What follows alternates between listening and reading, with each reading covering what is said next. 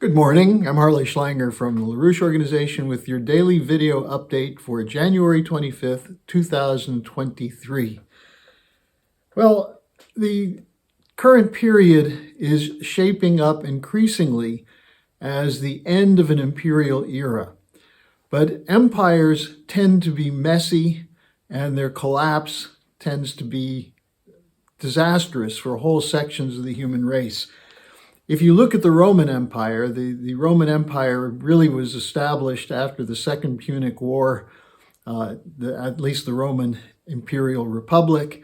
Then came the Empire, so beginning around 200 BC, and it wasn't until the period of about 120 AD that it began its systemic decline to the point of total collapse at the end of the 5th century. So it was a long time in process with much damage, much destruction. And maybe someday we'll look back at our current period and see events of today when it's purported that the German Chancellor will announce that the Germans will be sending Leopard tanks into Ukraine, submitting to what some German politicians are referring to as intensive pressure, maximum external pressure on Germany to provide the tanks to Ukraine. Now, this is definitely an escalation of the conflict. The question comes up, well, what about negotiation? Can you end the war through negotiations?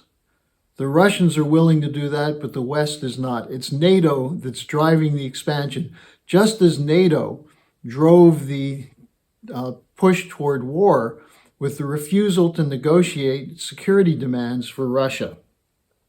Now, the pressure includes Polish officials, such as a Polish member of the European Parliament who told the BBC this morning that if Putin is not stopped in Ukraine, his next stop will be Berlin, Paris, and London. And he said Putin is clearly the new Hitler, as everyone knows. Well, a little bit of exaggeration from the Polish member of parliament.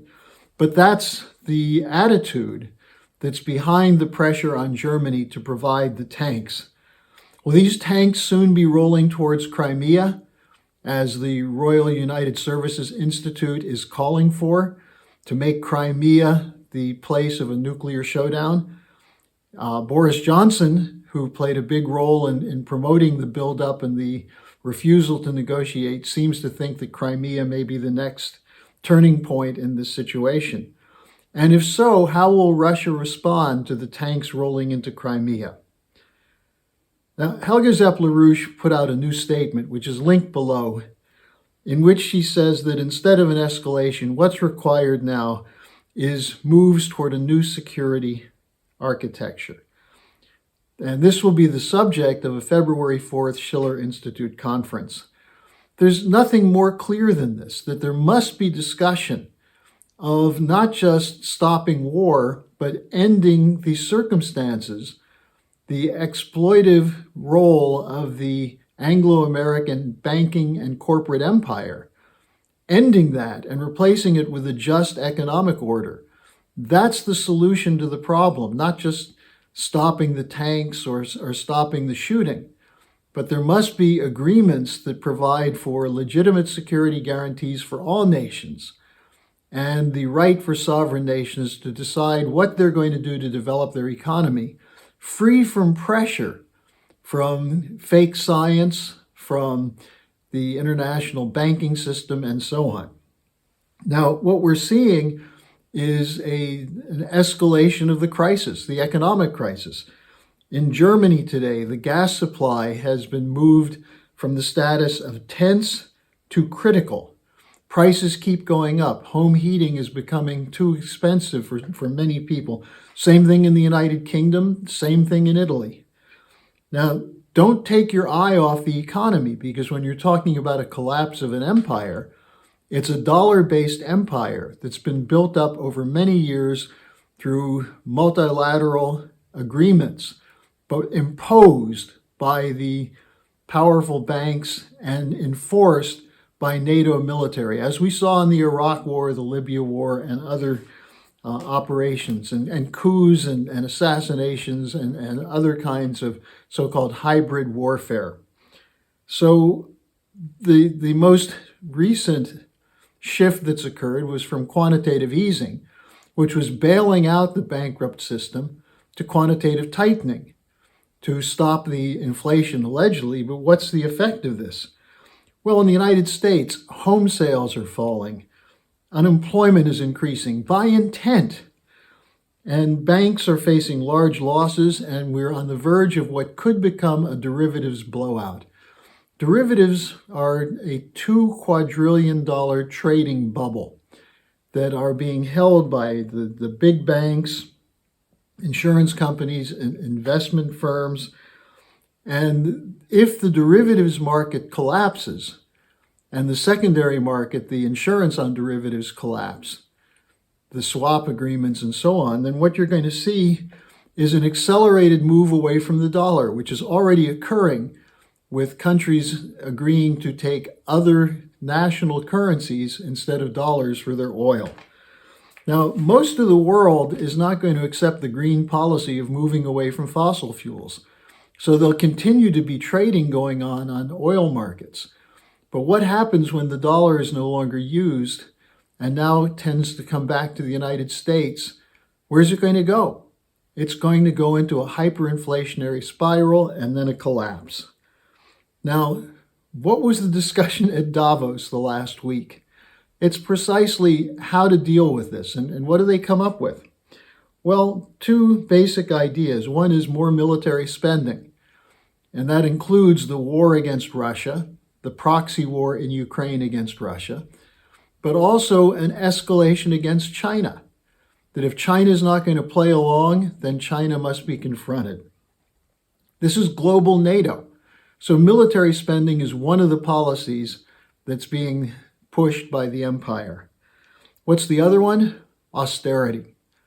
On Monday, I talked about Chrystia Freeland, the Deputy Prime Minister of Canada and the Finance Minister of Canada, who's a leading war hawk going back to her Ukrainian Nazi grandfather.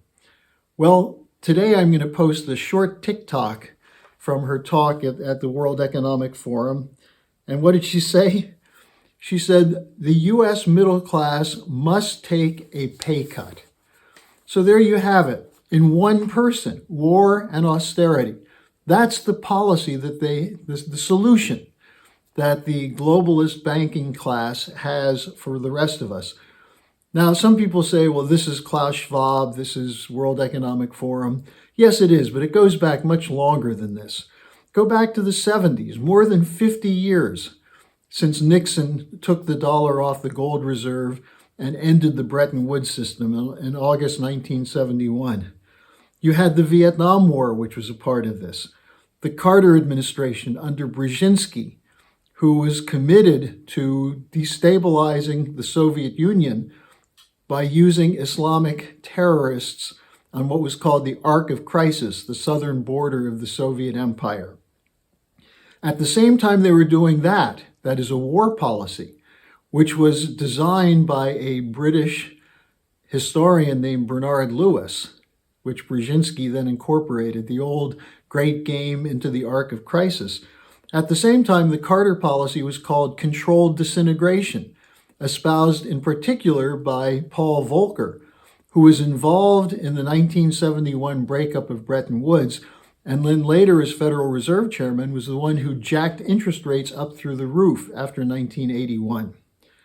Now, that was followed by the 1980s project and on up to the present day, where in the world today we have wars, we have children freezing to death in Afghanistan, children being starved to death or denied medicine through sanctions all over the world, as these sanctions are the weapon of choice, short of war, coming from the Anglo-American Empire. A global restructuring based on British neoliberalism and monetarism, that is, money policy, a rejection of the idea of physical economy, which was the key to the improvement of living standards over the last several hundred years on the planet. So we're now at the end of a cycle, the collapse of an empire. The question is, What will replace the empire when it collapses? Or even better, can we replace the empire before the destructive collapse occurs? That's what will be the topic of the February 4th Schiller Institute conference.